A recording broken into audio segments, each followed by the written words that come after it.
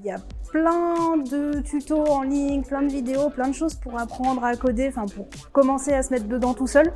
Donc allez-y, allez tester et voyez si vous aimez bien.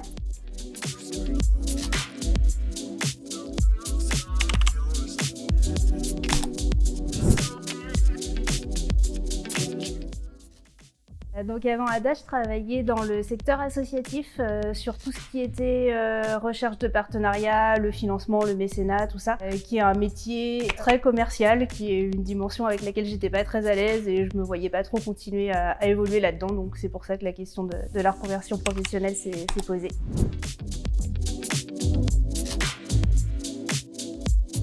Beaucoup de stress, c'était un métier très stressant et avec en même temps beaucoup de frustration. J'ai commencé un petit peu à faire des petits tutos de code en ligne, à essayer d'apprendre à coder. Dans une période où j'étais très stressée, ça me détendait de faire, de faire des exos de code et d'apprendre ça. Et ça m'a tout de suite passionnée. J'ai vraiment eu l'impression qu'il y avait tout un univers qui s'ouvrait à moi. Et en même temps, je parlais de plus en plus à des gens qui s'étaient reconvertis en dev, y compris en venant pas du tout de métiers techniques ou scientifiques.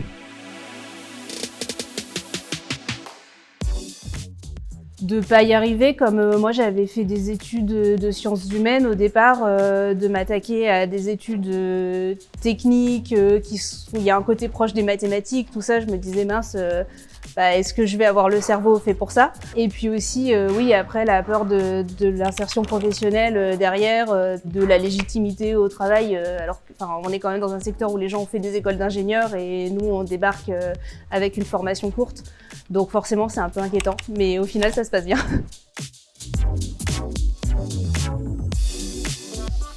Le côté féministe, c'est pas forcément ce qui a déterminé mon choix, mais c'est ce qui a attiré mon attention au départ, on va dire. Et puis l'idée, de me retrouver dans une promo où les femmes, les minorités de genre, les minorités en général étaient bienvenues. Je trouvais que c'était déjà bon signe pour une école.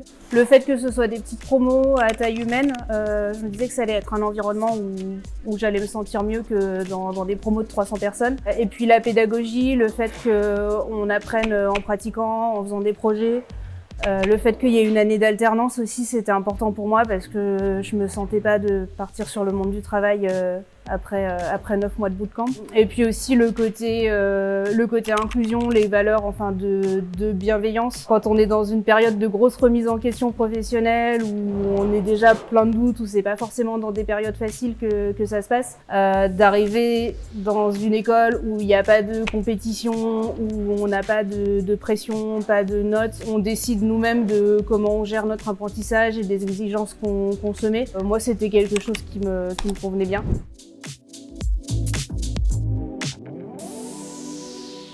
La pédagogie alternative, pour moi, c'était le fait qu'on apprenait via la pratique, donc en faisant des exercices et surtout en faisant des projets. Moi, je me sentais pas du tout de repartir sur des études avec cours magistral, très descendant. Je trouve que c'est une pédagogie qui est parfaite pour apprendre à coder parce que c'est une façon d'apprendre qui nous mettait dans des très bonnes conditions pour attaquer le monde du travail après. Les 9 mois de formation initiale, pour moi, c'était la bonne durée. J'avais pas envie de faire une formation vraiment express de 3 mois, de 6 mois. On a quand même appris des bonnes bases, mais c'est aussi une très bonne chose d'avoir cette année d'alternance. Moi, j'ai vraiment l'impression d'avoir beaucoup progressé grâce à l'année d'alternance. Et que c'est en grande partie ce qui m'a aidé à trouver un job par la suite.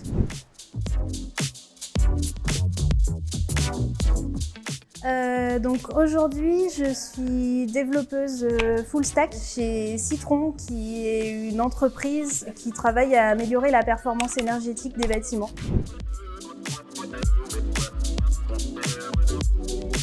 J'ai une équipe qui m'a beaucoup aidée, qui était très là pour répondre aux questions, très bienveillante, qui m'a beaucoup rassurée aussi sur ma légitimité et mes compétences. Donc c'est cool d'être tombée dans une boîte comme ça, mais oui, c'est difficile, c'est stressant au début. En plus, on a souvent des choses à faire qui sont très nouvelles, qu'on ne sait pas forcément faire. Donc les premiers jours, ça a été un peu d'anxiété et aussi énormément d'apprentissage. Du coup, c'était aussi super stimulant et intéressant. Et en vrai, tout s'est bien passé.